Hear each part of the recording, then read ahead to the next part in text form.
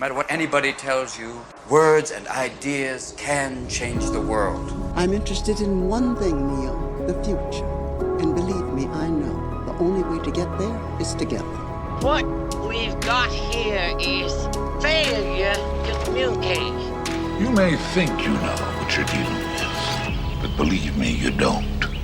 I want the truth! You can't handle the truth!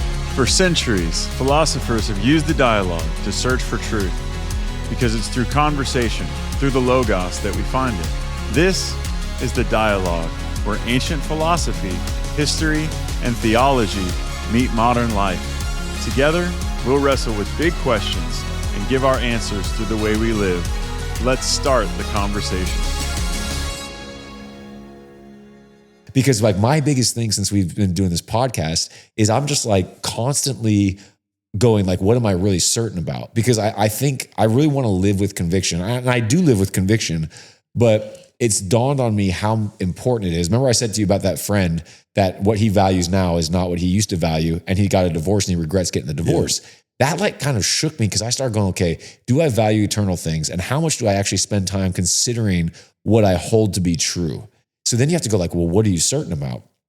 Well, man, that's a simple question with like, that is not actually that simple. Yeah. Right. And so like, I feel like doing this podcast with you has been great because it's opened up my thinking a lot, but it's also been, terrible in a wonderful way. Cause now every time something happens, I'm like, okay, let me get the excavator out and like, let's just like start digging, because it's, I don't want to turn to Jordan Peterson when someone goes, do you believe in God? And he goes, what do you mean by that, eh?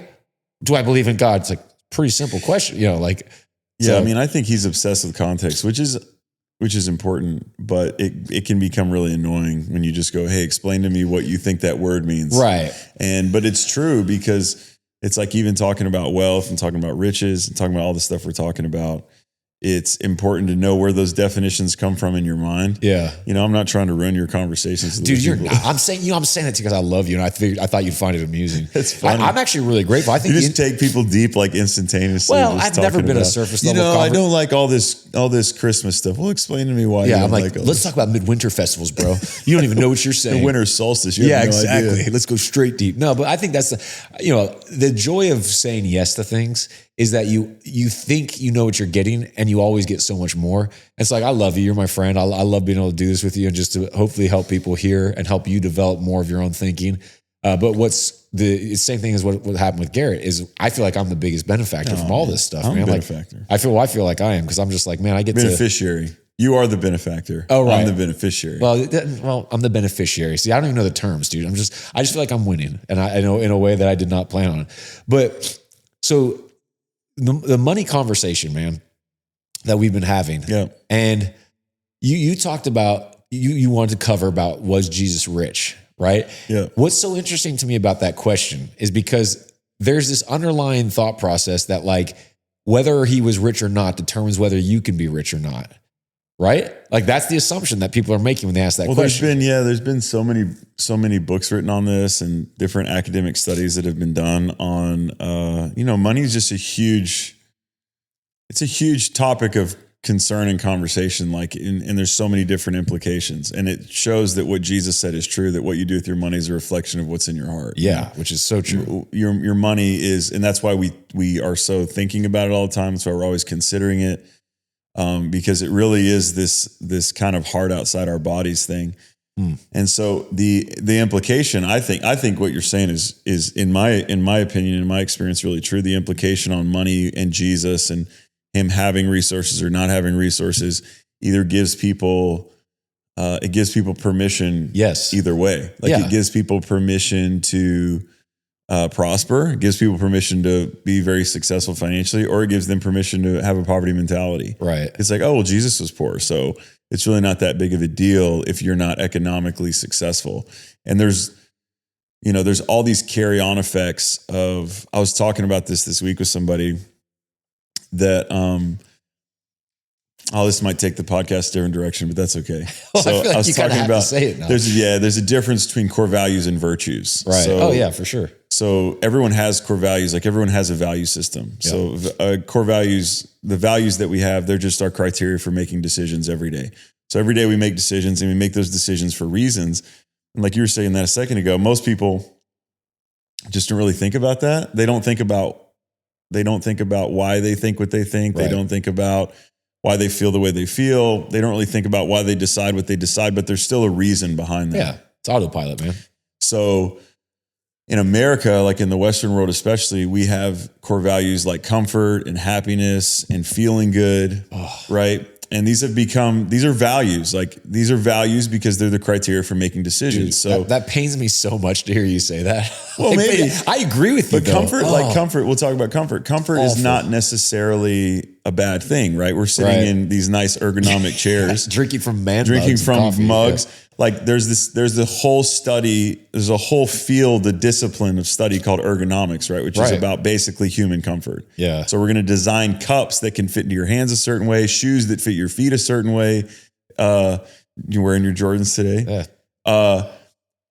Chairs that fit your body a certain way, zero gravity, memory foam beds. I mean, there's billions and billions of dollars that go into this. We live well, dude. And so in the Western world, comfort is a core value. People will decide vacations based on how much comfort they can have. They'll decide which plane to fly on to the vacation based on how comfortable how good of an experience they have. You're right. When you do sales, anybody who does sales, one of the primary things you say to people when you're solution selling is, hey, we're going to make this effortless. We're going to make this easy. We're going to make this really simple friction. for you. We're going to remove friction. It's going to be frictionless. That's all about comfort, right? So inherently, is comfort a bad thing? No, I don't.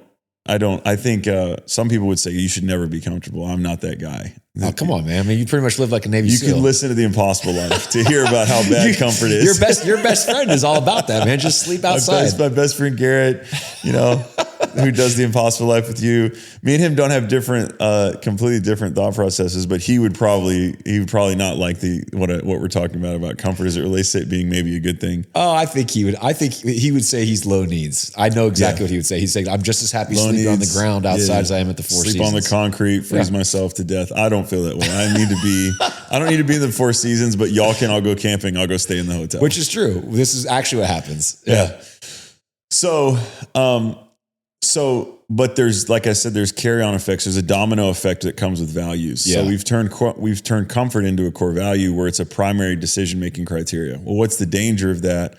We've developed an industry in the Western world called the pain management industry. So in the 90s, this group called the American Pain Association started to promote pain as the fifth vital sign. So for hundreds, if not thousands of years, you had 4 key vital signs. So your 4 key vital signs are blood pressure, heart rate, body temperature, and respiration rate, right? Okay. Those are the 4 things they check every time you go to the doctor. And those 4 things, if they're not in a good place, are symptoms of a variety of health effects, right? So in the 90s, they started promoting pain as a 5th one. So this is why a lot of people, when you go to the doctor now or you go to the hospital, they ask you, what's your pain rating on a scale of 1 to 10? So that's how they measure the pain rating. So a lot of places now, they still call pain the 5th vital sign. Right? That's so scientific as well. Just a scale of 1 to 10, what's your pain? And that's the problem, is like the vital signs are pretty scientific. Like you can feel good and have low blood pressure. Right. You can feel good and have high blood pressure. You can feel good and have a low body temperature, right? So it's a sign, even if you feel okay, you might not be okay, right? That's the whole point of a vital sign. Well, the problem with pain is if you look at the study of pain, what's interesting, and this is like a whole long topic for maybe another day, but pain is effectively a psychological phenomenon. Yes. Pain is completely created by your brain when you experience something. And so people think that pain is a simple cause and effect issue. Like I fall, I skin my knee, and that hurts. And that's just simple cause and effect. It's not actually that way. Like your pain tolerance, what's so interesting, your pain tolerance is a psychological thing. Your ability to endure pain physically is all in your mind. So, and then 2, what comes along with that is sometimes you can feel pain in a certain place that has nothing to do with that specific place. So the problem with pain management is it turned pain into a simple cause and effect thing, where now doctors are measured in their success based on how well they manage a patient's subjective pain, right? Wow. Insurance payouts and insurance paying a doctor is based on how well they treat the patient's pain, right? So that's okay. That's not maybe super great. We're defining success based on a subjective system, but then there's a cascade effect. So then what happens is you have the rise of opioids, right? So OxyContin, hydrocodone, they get marketed as safe and effective and even non-addictive, right? There's been all these lawsuits, all these documentaries and stuff that have been filmed about the opioid crisis, but that leads to pain management clinics. So now there's, especially in Florida, right? You see this, they're everywhere. People called them pill mills because you could just go in, you'd get a prescription for an insane amount of hydrocodone or OxyContin or whatever. Yeah. And I didn't know that. Yeah. And so like people were just managing pain. All right. So then the idea of people living with chronic pain shows up and there generates this perspective that you should not have any pain. You should never feel pain. And that really, what's interesting is that really started to take place for the first time 30 years ago. For hundreds of, if not thousands of years of medicine, it was assumed that sometimes you just like have pain and you just like live with it. If you have a knee issue, if you have a back issue, you get older, you have pain, whatever. That was like a normal conversation. Well, now in the world we live in, it's not okay. Right. So we've turned it into, it's not okay to feel this discomfort called pain. And you have to figure out a way to eliminate it from your life. You know what's so interesting about, because you talked about how Socrates, as he was called in Bill and Ted's Excellent Adventure, Socrates, how he would, the first thing he would do is define terms. So one of the things I looked up once was when comfort was the definition of comfort. And what's so interesting is in the late 1800s, the definition of comfort started to change from something internal to something external. Yeah. And so like all those people are like dead. All these external things make me feel a certain way. Whereas before it was like I was greatly comforted by... I'm satisfied in myself. By the scriptures. Dude, your kids died of polio and like you lost most of your flock, but I was greatly comforted by the scripture. You know what I mean? It was very comforted internal. by truth. It was an internal thing. Now you turn that to external and we become a bunch of, iguanas that need terrariums that are at the exact right temperature or else we're going to like lose our minds. Yeah. And like, I bet those people had no idea. No, you don't realize. That's what I'm saying about core values. So then what happens with this, so with the idea of pain management, it's not that we should just experience pain. That's not what I'm saying, but turning comfort into a value where it becomes a key criteria for making a decision. What happens is, so they start cracking down on opioids. Then presently in the United States where we live, there's a heroin epidemic. Yeah. Where the heroin's kind of at an all-time high in terms of its use. The government started to crack down on heroin. So now we have this new drug called fentanyl. Yeah. Which awful. So heroin is an opioid that's derived from morphine. Heroin's easier to make than OxyContin and hydrocodone. So it's harder to get those now. But so then people go to heroin because they're about managing their pain. Yeah. Right. So then they come up where they discover whatever fentanyl, and fentanyl is completely synthetic and really not that hard to make. Right. And it can be brought over to the United States in it's 50 times more powerful than heroin. So it's super concentrated. So they don't have to ship over a bunch to haul it in. So now we're in the middle of like this fentanyl crisis where fentanyl's in all these different drugs and people are dying from fentanyl overdoses and all this stuff. And the root cause of that, if you zoom out, the root cause of that is this idea that people shouldn't have pain. Damn. So there was a heroin epidemic in the United States between the 60s and 70s. And then there was a crack cocaine epidemic in the 80s and 90s. During that epidemic, around 5,000 people a year died from opioid overdoses or from heroin overdoses or crack cocaine overdoses. Right now, 80,000 people a year in the United States die from opioid overdoses like fentanyl. I didn't realize it was that high. It's the leading cause of death for Americans 18 to 45 is fentanyl overdose or opioid related incidents. And it's killing more people a year than the total number of people that died during the Vietnam War. Right. And so that's scary. And I'm creating a simple cause and effect thing. It's not as simple as I'm saying, but the danger of core values being in the wrong place is you think that you're valuing something that's right. And comfort is not a bad thing, but it's not always a good thing. Man, you know what I find so impressive? Like, for those of you who are not watching on video, Josh didn't look at his phone one time. You literally just like, I'm genuine. I really think this is what makes you special is that you're able to assimilate large, somewhat what would seemingly unrelated pieces of data to show, because I think you're right. And this is what I think is always so fascinating. Small shifts on the internal play out over time. Yeah. If you've ever run any far distance, so I'll give a couple examples here. When I ran my first 100 miler, about 5 or 6 miles in, I started to feel something in my ankle, like in my stabilizer muscles in my shins. And I was like, oh, this is not good. Because I never felt that before. And I'd done plenty of long runs, but I'd done them all on concrete. Now we're running on gravel. Well, what I knew is that if I'm going to take, how many thousands of steps, tens of thousands of steps, you start multiplying that up. Guess what happened? By mile 63, I couldn't even move my ankle. Yeah, which 63 sounds like a lot, but you had 37. Yeah, I had left. 37 to go. Guess what? I didn't finish that 100 miler. But to your point about pain being a construct, that 100 miler was where I actually experienced the first of time, because Garrett always says like, you focus on pain, it gets worse, but you zoom out on it and you can minimize it. And that sounds really cool. And you're like, yeah, I never experienced it, but I had, I'll just say bad chafing in the nether regions because, this is a podcast for all. We're a family-friendly podcast. Yeah, we're a family-friendly podcast. Yeah. It was not in the place you wanted. And this happened about 23 miles in. So sweet, 77 miles of just raw hide. Awful. Yeah, just absolutely getting destroyed. And I remember I got up and I was like, well, it's not like, you sit down in between laps. It was like 16 laps. Like the first 16 miles, like, oh man, this is starting to hurt. And I just kind of got up and I was like, well, I can either just stop now because this is going to hurt, or I can just be like, well, that's how it's going to be.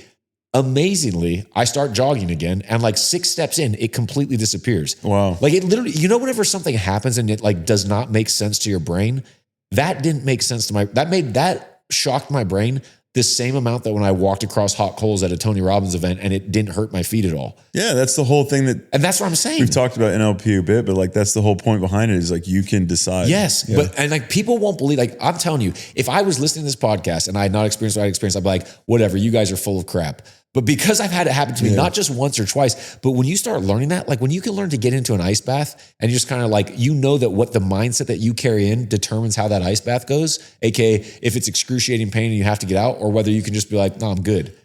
Wild. Yeah. Like that. And that excites me because that's the power of the brain. But I just wanted to share that because you shared about pain. So going back to this core values conversation, because we started on money and you use comfort as an example. Yeah. If money is a core value of our country and like a default value of our society, that's potentially very dangerous. Well, I as think the first thing we have to understand, so like this is what people probably know as the butterfly effect, right? Shout out to Ashton Kutcher. Yeah. He was in the movie. The movie was crazy. I never saw it, dude. It's wild. Yeah. Especially the alternate ending. The alternate ending is it's dark. It's a dark movie. Yeah, it didn't look like something I'd want to watch. But the truth is every decision that we make has far-reaching consequences that we like can't imagine, right? Like, can't foresee, and those are going to happen anyway. So every decision that we make has far-reaching consequences. Every decision that we make is rooted in some kind of criteria. Okay, if the criteria that we're making the decision in is not always right, always good, and always true, the follow-on effect, the cascading effect of the decisions that we make could be infinitely horrible. Right. For generations. Like that's so in 1972, I am looking at my notes right now. You don't have to tell people that. I was just amazed that you like listed off all these facts about like, you're not like a medical doctor and you're like, the 4 vital signs. And I'm like, this is amazing. Yeah. So there was a guy named Edward Lorenz and he was a meteorologist and he really introduced the idea of the butterfly effect, right? And it's become really popular in chaos theory. And so the idea is like, does the flap of a butterfly's wings in Brazil set off a tornado in Texas?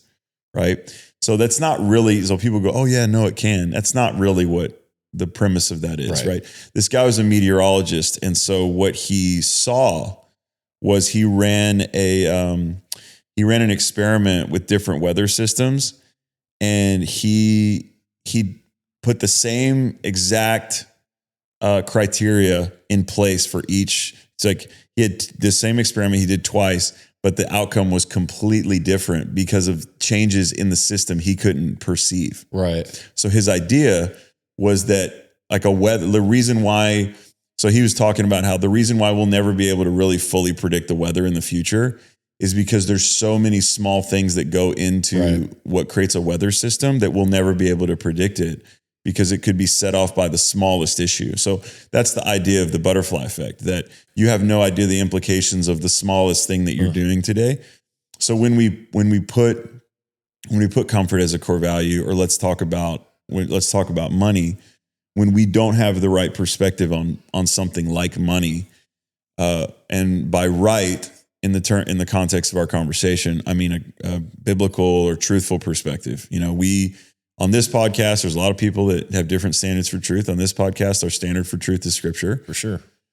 And so when we don't have a value system that's rooted in truth, we don't really the things that will have downstream effects in our life are imperceptible to us. Right. So people go, this is how you find people in life that go, well, how did I get to this point? I don't understand how I got here. Because they can't see it, because it wasn't one big cause and effect.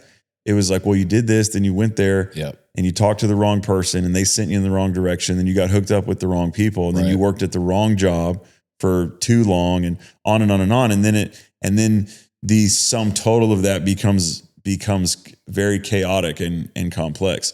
So that's the idea behind something like chaos theory, which is a field of study that's about everything. But even having chaos in our own lives, really, if you want to zoom out and figure out anywhere of your life where this is just something off the top of my head right now. Like if I want to figure out a part of my life that's chaotic, what I need to do is zoom out and see what the criteria was for the decision I made that kind of kicked this off in the first place. You know what I think a lot of people's criteria is what we talked about right at the start, which is the core value of comfort. Yeah. Because you're going to run from pain all your life. Yeah. And you know what pain will do? It'll drive you far enough that you're far enough away from it that another pain develops, and then you'll run from that one. Yeah. So you literally end up running in circles from all your different pains. Like the example I always give is like, well, you know, I didn't like the pain of being poor, so I worked really hard. And then I got enough money that I kind of slowed down. But then I realized I'd gotten fat because I was working all the time. So now I've got to become like fitness guy. And then, when I became fitness guy, I realized actually I don't really have any good relationships because I spent all my time at work, and then I was just focused on my own fitness. So now I got to go get relationship. Well, what pain's going to pop? You know what I mean? Create balance. Right. Yeah. And you're just constantly, and I think that's like the default standard for living today. And so when like Jim Rohn said, and again, there's nothing wrong with like placing an emphasis on comfort, but Jim Rohn said there's two great pains in life. One is the pain of discipline, and one's the pain of regret.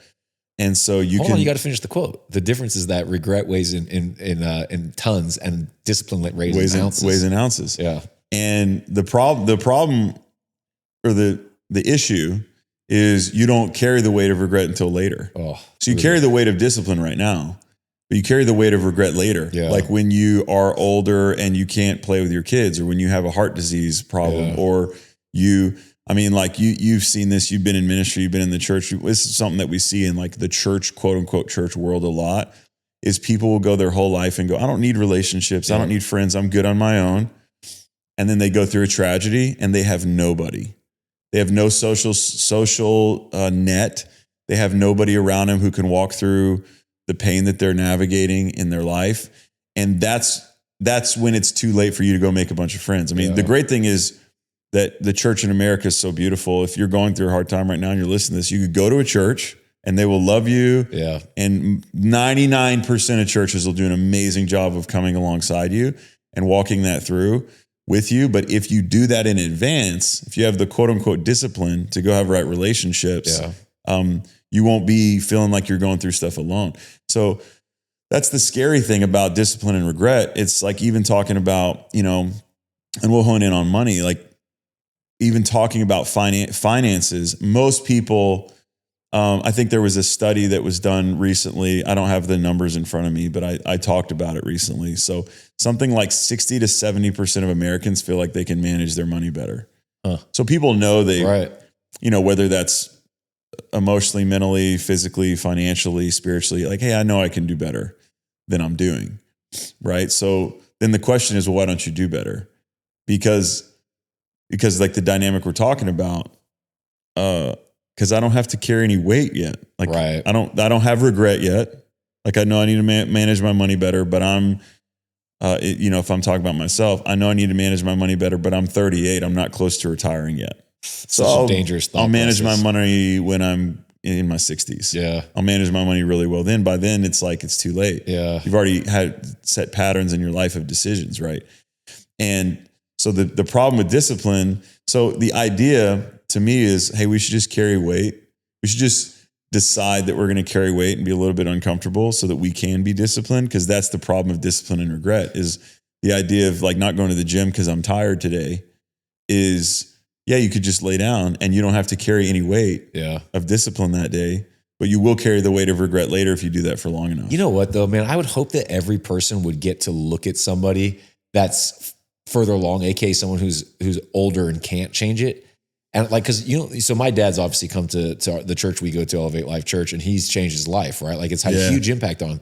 He's 75. He couldn't walk when y'all came. Oh, dude, there were so many things we could go into. You know the number one thing he says about Elevate Life? I wish I would have found it when I was in my 40s. Wow. And I'll tell you, I think about that all the time. I never want to be in the position where I wish for something and have no power to impact it. Like I had this thing with one of my companies where I was interviewing these really elderly people who, this lady was basically somewhat had dementia. And I've never talked to someone with dementia before, but I'm interviewing this lady for this company that's hired me to produce films for them. And I'm trying to get her to say the right things. Hint, if you watch commercials and stuff like that, it's they're prompting those people, no matter how authentic it seems. Yeah. And so I'm asking. No one's just sitting there just telling their story. Right. I'm asking the right questions, and I'm watching this lady, and like, when you're talking to somebody and you can just see that behind their eyes is just like they're like glazed over. Yeah. It was like, I've never, like, and I'm in there and I'm keeping my professionalism, but I'm going, oh my gosh, like I don't ever want to be in this position, because it was kind of sad. And like, of course I was gentle and loving with her and very encouraging, and I did not ask a lot of her, but I've not talked to someone with that. And like, one of the things that I've learned from being here and being around you guys and your dad is like the importance of giving meaning to things. So I had like a defining moment where I was just like, it like hurt me to see this lady in this position. And also just, I sit there and I zoom where I'm at now, and I don't want to be like, oh, I'm good, bro. Like I think like the reason I do everything I'm doing is because I think about, I'm going to be in that position one day. And I'd like to think that like 75, 80-year-old Nick is like thanking, Nick now for doing the stuff that he's done. Because like I tell my wife, I'm going to be doing backflips off of cliffs. Like I'll send her reels on Instagram. This is going to be me when I'm 80, like 100%, man. But like, and I don't know if I don't know how to gift that to somebody else. No, you can't. I mean, I think that's the whole point is, we all decide values. We all decide what we value. And if a person places that high of an emphasis on comfort or feeling good, then they'll always seek to just feel good. Yeah. And so much greatness is on the other side of not feeling good. So let me ask you a question then, because we're really kind of diving into core values, which we didn't plan on, but I actually love this. Do you think that people's value of money is tied to comfort? Yeah, I mean, I think I said this on it's either last episode or the episode before. Like the natural default way I look at money is freedom for me, right? Because freedom is comfortable. Like freedom is I don't have to go anywhere I don't want to go. I don't have to be with anyone I don't want to be with, which would mean everybody. I don't really want to be with anybody. It's great to be here. I don't need to do anything that really fundamentally what freedom is I don't need to do anything that makes me feel uncomfortable. Yeah. I could just go buy a house somewhere, be fully in control of my life, and no one can tell me anything. Right. So there's so much. So this is like back to what we started the podcast with. I think the first episode we talked about, happiness and we never even consider whether or not happiness is a worthwhile goal. Right. And so we all want happiness, and then we get to define what happiness is for us. And that's where the problem comes with like the difference between a core value and a virtue is something that's always right, always good, and always true. Things like comfort aren't, things like money aren't always good. Things like, money is more of a tool than it is something you can just place a value on. But things like winning, like if you go, oh, well, I just want to win. Like sometimes you winning is not the best idea. Right. Things like power. So power is there's a really interesting book like that. I don't know if I could recommend it, but it's a great read. It's like 48 Laws of Power by Robert Greene. It's one of the biggest books of all time. It's banned. It's the most banned book in prisons in the United States of America. And one of the things he talks about the 48 Laws of Power is that power is a neutral thing. So people read it and they think that he's telling people how to manipulate people. And he's more saying this is how power works. Right. So, because when you value power, you got to figure out the why behind that. So anyway, I'm just kind of philosophizing, but the thing that we should strive to do, which is, the conversations that we're having here, the conversations that we're having with our friends, is really understand why we value certain things and go, is that beneficial for me to value that? And is it beneficial all the time? Not is it beneficial at times? So I'm not saying I don't value comfort. I value comfort like a lot, but it's not a core value. So a core value for me is something that I live my life according to this principle, this idea. And so my core values are honor, humility, excellence, and generosity. So honor is never a bad idea. Honor is always good, always right, always true. Humility, it's never a bad idea to be humble, right? It's never a bad idea to be excellent, to give your best to things. It's never a bad idea to be generous. So when you live your life according to that, you see the world in a different way. And the great news is, so if valuing the wrong things has a downstream effect of negativity, or let's not even say valuing the wrong things, because comfort's not a wrong thing. Not valuing things that are always right, always good, and always true. So not valuing virtues has a potentially massive negative downstream effect, domino effect in our life. The great news is valuing the right things, valuing things that are great principles, valuing things that are always true, and seeking to align your decisions all the time with virtue, you have unlimited positive downstream effects. Dude, so I've got, I'm just in full question mode now. So I'm just going to start feeding you because I'm very curious.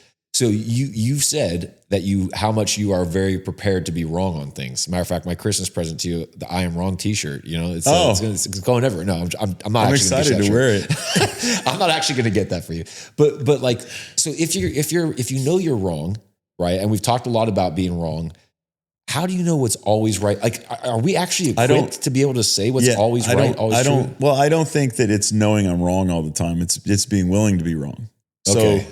So yeah, but how do you know? You know what I mean? Like, how do you know what's always right, always true, and always good? For me personally, this is why history matters so much, because Jesus said, "You'll know them by their fruit." Yeah, right. That's what he said. He didn't say you'll know them by their teaching. He didn't say you'll know them by their eloquence. He didn't say you'll know them because you like them a lot. He said you'll know people by their fruit. So the permission that God gives me, it's not that, hey, only God can judge me and I'm not allowed to judge people. I'm allowed to judge people, but the only judgment I'm allowed to make is whether or not I value the fruit that they have in their life. So the fruit that you and I have in our life is the product of our decisions. Yeah. So my marriage, the fruit of my marriage is the product of the decisions I've made along the way in my own life, but also the decisions I've made that have affected my wife, the fruit of me raising my kids. So this is like a challenging thing for people that have adult kids. Yeah. My children and the way that they live their life, there's an element of how they are that is the fruit of how I raise them. Not like I used to be like 100% certain about this. I think the older I get, the more I see really, really great people live really great lives and their kids just choose not to. So you have to make space for agency for your children as they get older, but that doesn't excuse your responsibility. Right. So when I look at a person who I could, and this is like, again, this is like going back to the effectiveness question. How's that working out for you? I can really like what people say. I can scroll through Instagram. I could watch all kinds of YouTube videos. I could take in all kinds of sources of teaching, but then the question needs to become, what's the fruit of this in this person's life? Yeah. Because a guy could say, look, you just need to work 18 hours a day and grind, make a bunch of money so that you can have a good life. But then the question for me with a person like that would be like, what's your family situation like? Well, there's guys like that. Tom Bilyeu comes to mind straight away. The guy who invented Quest and so many things. Yeah. He's very successful, and he knows that working 93 hours a week is his perfect thing. He doesn't have kids. He's chosen all that. So there's a lot of things he said that I'm like, there's a lot of wisdom in that. Or you can watch so you can see that, but then you go, okay, the proof of this person's entire philosophy of life is not, or the proof of this person's core values, which is again their criteria for making decisions, is not what they get in one area. It's what they get in every area. Right. So Jesus said, you'll know them by their fruit. Right. And so when you look at history over a period of time, there are things that just work and just lead to success. Right. Like living life based on, well, how do I know something's a virtue? How do I know something's a principle when in every situation it's a good move for the long term? Yeah. So, you know, something like, well, I'll give a more practical perspective. Well, no, I like that because we're kind of talking about what's actually valuable. So Jesus talked about, and this is why, like, you know, being a person who loves philosophy and loves all these different philosophical elements, one of the things that's really interesting when you look at the history of philosophy. So Plato, for instance, and I talked about this on a podcast, but Plato talked about the form of the good, that there's good that we do, but then there's like this higher form of good. All these philosophers were like, there's this stuff that's like so high level, we can't describe it. So they're talking about virtue, right? And Jesus says, he says, I'm the way, I'm the truth, I'm the life. So then he gives this perspective, right? He says, okay, there's two different people. They built two different houses. One built their house on the rock and one built their house on the sand. The way he started that story was he said, when you listen to what I say and apply it to your life, this is what your life looks like. So when you take truth, and again, to me, it starts with scripture. So when you take the way Jesus lived and how he told you to live, and you make decisions based on being more quote unquote like Jesus, not like Jesus in terms of wearing a WWJD bracelet, but being like Jesus in terms of seeking to have that kind of character and that kind of way of life, then what you do is you build a house that's unshakable in life. So you're building a house of virtue that's built on stuff that's always right, always good, always true. Something like forgiveness that Jesus talks about. It's never a bad idea to forgive somebody. Right. It's always, it can make sense in the short term, right? To use forgiveness as an example.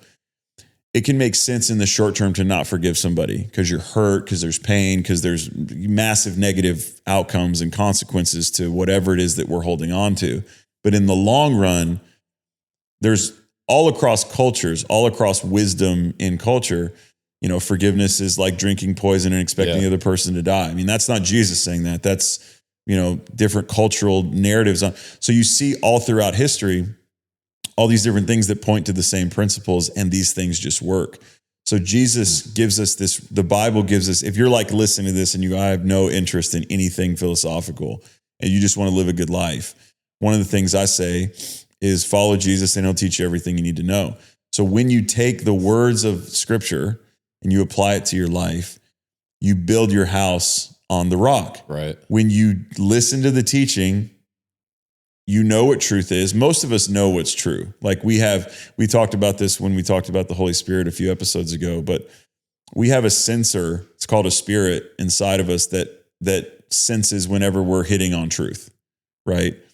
And it's like a metal detector, but for truth. And when you lean into that and you pursue truth, like Buddha said, seek salvation alone in the truth. So when you seek truth, and you seek to live according to it, you build a great life. But the only way to know what's true, right, is to look at history and go, what's produced the most amount of fruit throughout history.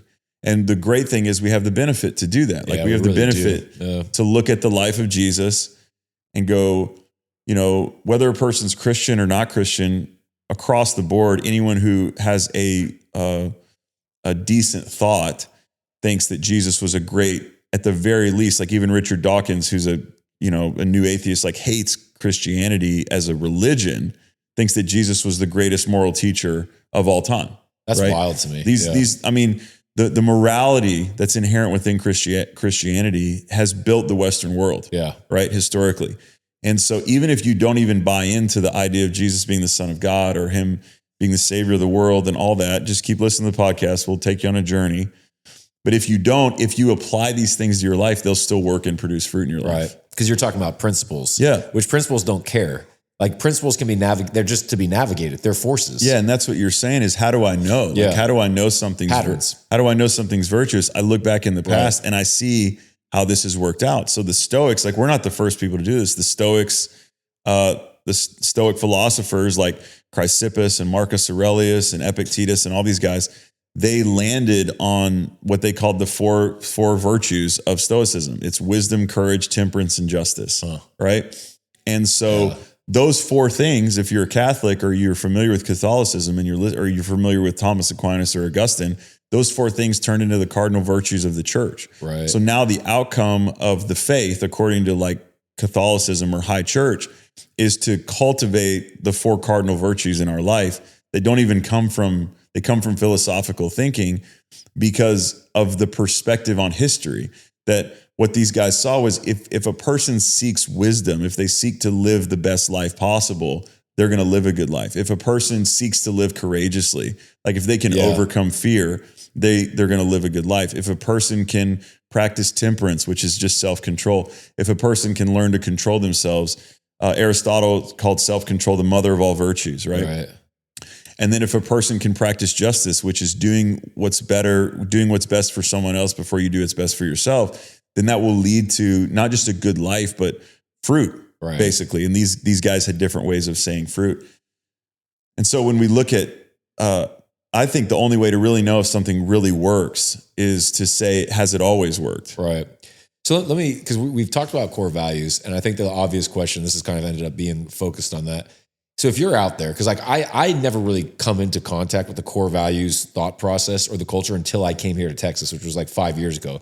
Now I can just go, man, this is genius. But like everybody, I think we're the only place people see core values typically is in a corporation, and they have something slapped up on the wall, and it's like, we value family. And you're like, dude, you asked me to work on Christmas Eve. Like, you know what I mean? So like, and I'm using that as or like, we value honesty. And it's like, you told me to purposely like fudge those numbers. Well, so like the best example I have is Enron.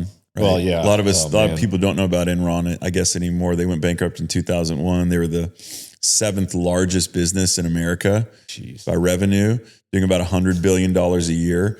Their core values were respect, integrity, excellence, and communication. Nailed it. Right? Yeah. Cook the books. The reason why they went out of business was because of wide scale fraud. So they valued integrity, quote unquote. And because they quote unquote valued integrity, 16 of their executives went to jail for fraud and conspiracy. Yeah. Right. Because they valued quote unquote respect. They built a culture that was very disrespectful towards any employees who would point out that because what they did was they built all these shell companies that would hide their losses. They would mark down future potential profits as current profits, even if those profits never materialized. On and on. They value communication as long as there was no communication about what they were doing behind the scenes. You know, so core values don't matter. One of the things I like to say is that core values don't matter when they're written; they matter when they're lived. Yeah. So that's what I mean. That's where most people have, and that would have been that was my experience. Is I've worked at these companies, they put these core values. They're kind of like aspirational statements that are like, man, this would be cool, but they're not actually anything that governs. So then I come to Texas. Suddenly I come into the incubator of greatness that your dad, your family started 25 years ago at the time we're recording this, and it's like, man, core values based culture. Right. So if you're out there, and I love that there's people that aren't in our environment that are going to listen to this, because I hope that this is a true like life changer. I know my experience of it. What would you say to somebody that's like, dude, I've never really thought about what I value. I need to be intentional. Like, they heard your core values. You're saying it's your success template, because if you live by these things, you're successful. How do I go about starting to say, like, I'm going to build core values then? Yeah, well, I think the first thing you have to do is you have to look at what your criteria are for making decisions. And most people, they're not very rational about that. Like, they wouldn't be able to define that. So you need to sit down and go, okay, think about the last big decision that you made and why you decided that. And be able to explain to yourself what the decision is. Now, there's a problem with that, in that the truth is, most of us, we rationalize our decisions after the fact. Yeah. So when you ask someone, especially an adult, hey, why'd you do that? They have a rational reason for doing it. That's not really, so I'm saying go back and analyze your decisions, but then I'm going to give you the reason why you probably shouldn't do that at the same time. And that's because most people's decisions are just made based on how they feel. Right. So I don't like how this feels. I want to feel differently. I'm going to do this to get myself to feel differently, or I'm going to do this because I feel like doing it. Like, that's the primary decision maker for 99% of people in the world, is just, I felt like it. So like when you ask your kids, the example I always use is when you ask your kids, why'd you do that? And they say, I don't know. It's because they made a decision based on how they feel, and they don't feel that way anymore. Right. So the feeling's not there. So the quote unquote criteria for making the decision does, like, hey, why'd you hit your sister? Why'd you hit your brother? I don't know. I don't know why I hit him. You hit him because you were angry. You're not angry now. So now the criteria doesn't exist anymore, but it did exist in the moment. Yeah, but let me. Sorry, I'm interrupting you here, but your feelings are driven by your thinking. This is cognitive behavioral therapy. Is underneath, and like your thinking is driven by your core beliefs. So like if you can start to get underneath the layers, that's where you say like you need to understand why you did things. What started to open this up for me was when I started doing mindfulness meditation, because I started realizing how much emotion I was carrying. And then like when you have an emotion, you have to get curious, like, why am I angry? Well, I think for guys especially, that's hard. Oh, dude, like 100%. for men, one of the reasons it's hard for men, because everybody has emotions. Like every human being has emotions, but men are more unwilling to admit that they have them. Like women are great at saying, oh, I just felt like doing that. Or like this is how I feel. Like men, it's ingrained within us from a young age. You're not allowed to feel things. You're not allowed to make decisions based on feelings. And so like what you're saying, if I understand that my previous criteria or my current criteria for making decisions is how I feel, right? And I'm honest with myself about that, then I can change that. Right. If I don't ever admit that your feelings are generated by your thinking. I talked on I think it was maybe last episode, the episode before that, about how attitude is really about more than your feelings. It's about what you do with your feelings. Right. But the problem is most people don't, or most men, especially that I know, a lot of people don't admit that their feelings are their leader. And so if you don't admit that, then you won't ever control what you do with your feelings. And so what I have to first admit is that I've probably, if I'm like a human being, I've probably allowed my feelings to become my decision-making criteria, which isn't good.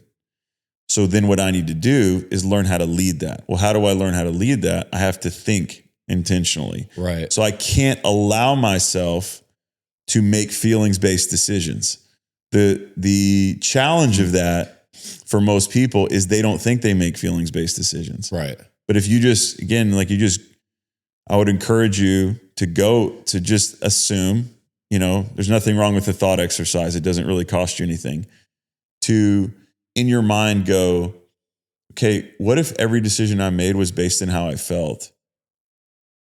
What would those be good decisions? You'd probably be like, no. Well, yeah. And okay, so what can I do to make better decisions? I need to start thinking my way through something before I decide. Right. And there's just always, like Viktor Frankl talked about that in Man's Search for Meaning, is always between the stimulus and response is our attitude. Yeah. So you have the ability, you have to understand two things. Number one, you have to understand that the average person makes decisions based on their feelings, and feelings are not a good weather vane. They're not a good indicator of going the right direction. And you have to understand that you are in control of that decision through your thinking, not through your feelings.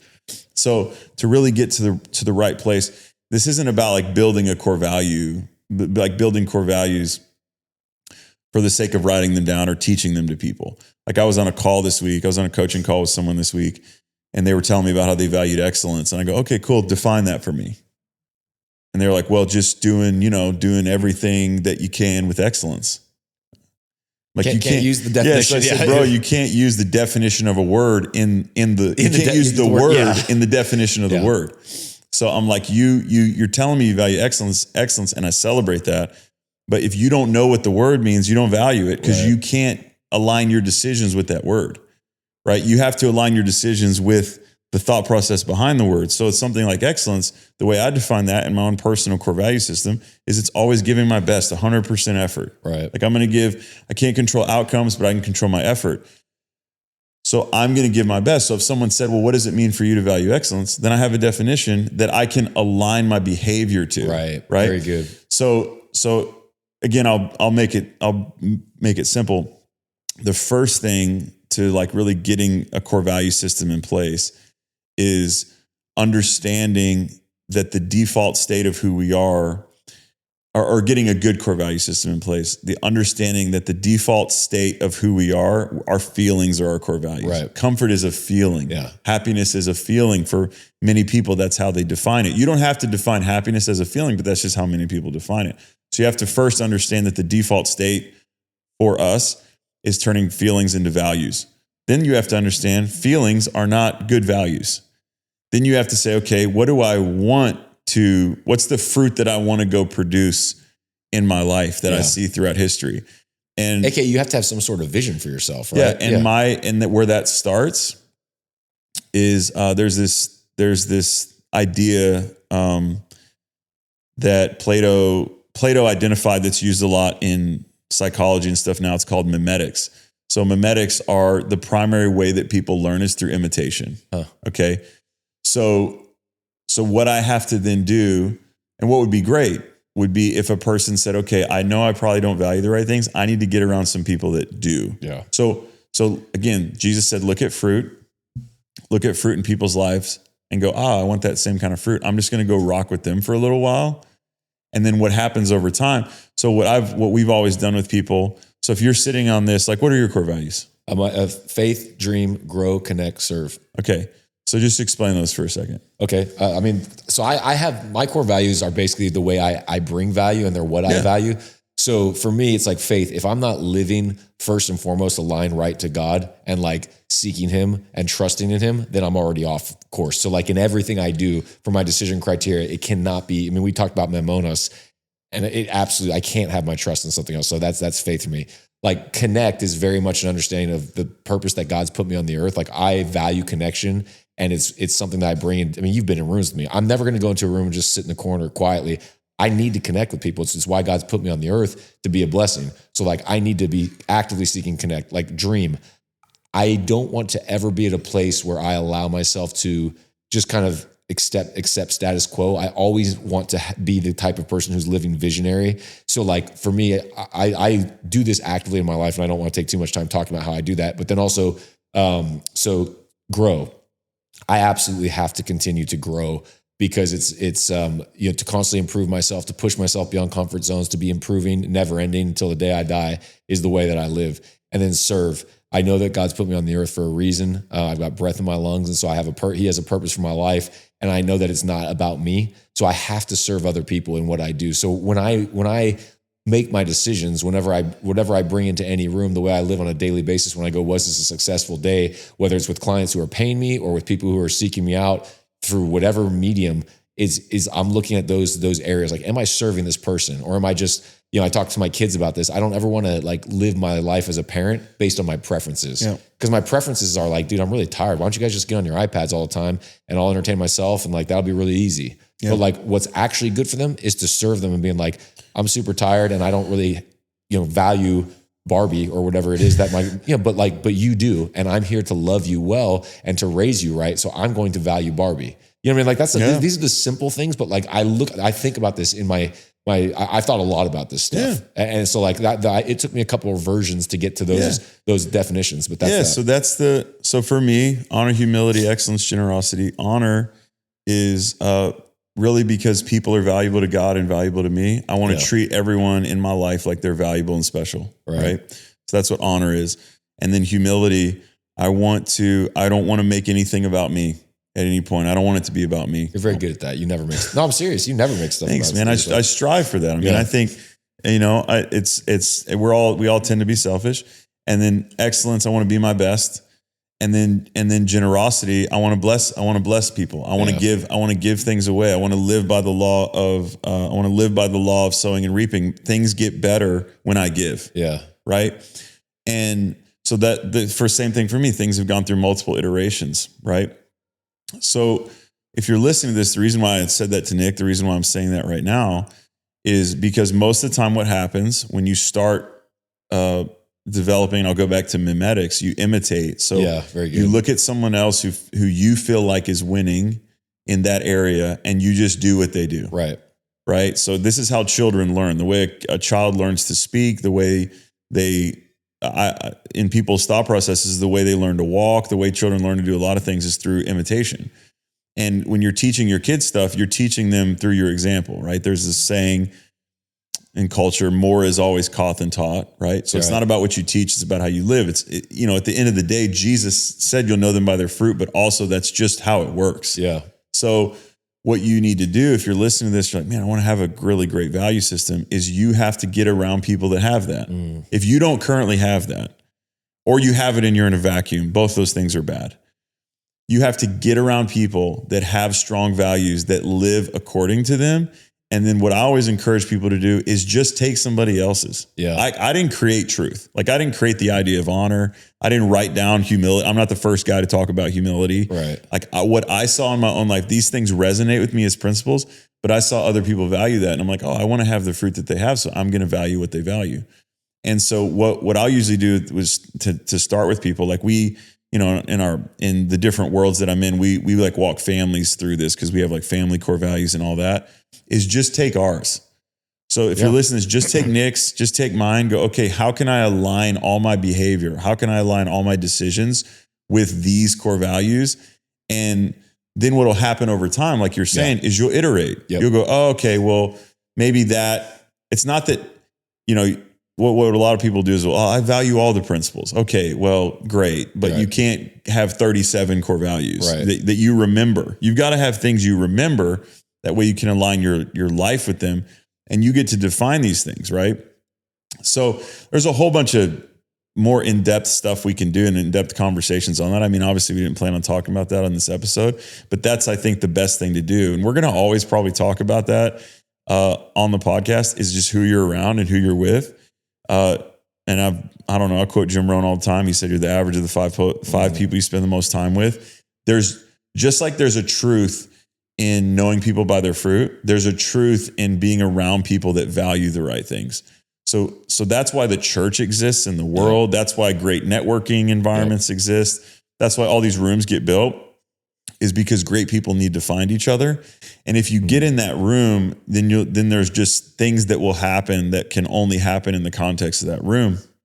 Because truth, principles, virtues, whatever you want to call them, we didn't create these things. We've discovered these things. So the Stoics discovered the 4 cardinal virtues. The church, the Catholic Church, has adopted these things as things that are repeated in the life of the Christian. So those are things also that you can learn to value: is wisdom, courage, temperance, and justice. Also, if you want to read a book, I wrote a book in 2021. It's my first. My first book, The Way to Live. You can get it on Amazon, and I'll kind of walk people through like a similar process like this. There's so many different ways to do that, though. But I like this conversation we had today, dude. I think, considering we plan on doing something about completely money, different. Well, what I want to appreciate, and then we can wrap, man. What you just described, because I've often said to people, I say the same thing you do about like, hey, you don't have to get it right the first time. Yeah. Just understanding the value of this thought process. And I did what you said. It's so funny that you answered the way you did, because I did exactly what you said. I heard what your dad said his core values were. I heard a few other people, and I was like, man, I'll just do that. So I made those my core values. And about a year in, I was like, you know what? I feel like these are more aspirational statements, and they're not things that are like truly deeply personal to me. Not that there's anything wrong with those, but like, I would not say like, no, humility, I don't value that at all. Like, humility is a ridiculous value. I would never say that about you, because I think that's this foolish thing to say. The Bible speaks so much about humility. But the reason it isn't a personal core value of mine is because I just feel like there's other things that that are like more unique to how I need to bring value into the world. But at the same time, if I ever am not humble, guess what? I'm going to be humbled. And that's true for everybody, though. Exactly. And that's the thing, is that, a person will discover the things that really deeply resonate with them. And that's the whole point, is like, I deeply resonate with these. I deeply resonate with all truth, but I want to live my life according to these key truths, is what you're saying when you align your core values with virtue. Thank you for listening to the Dialogue. Make sure to like, share, and subscribe. And also, if you think someone else would enjoy this, please send it to them. If you want to get in touch or learn more about me, what I think, speak, and write, you can go to joshuacraft.com, or you can also follow Nick and I on Instagram. Our handles are in the show notes. We'll see you next time.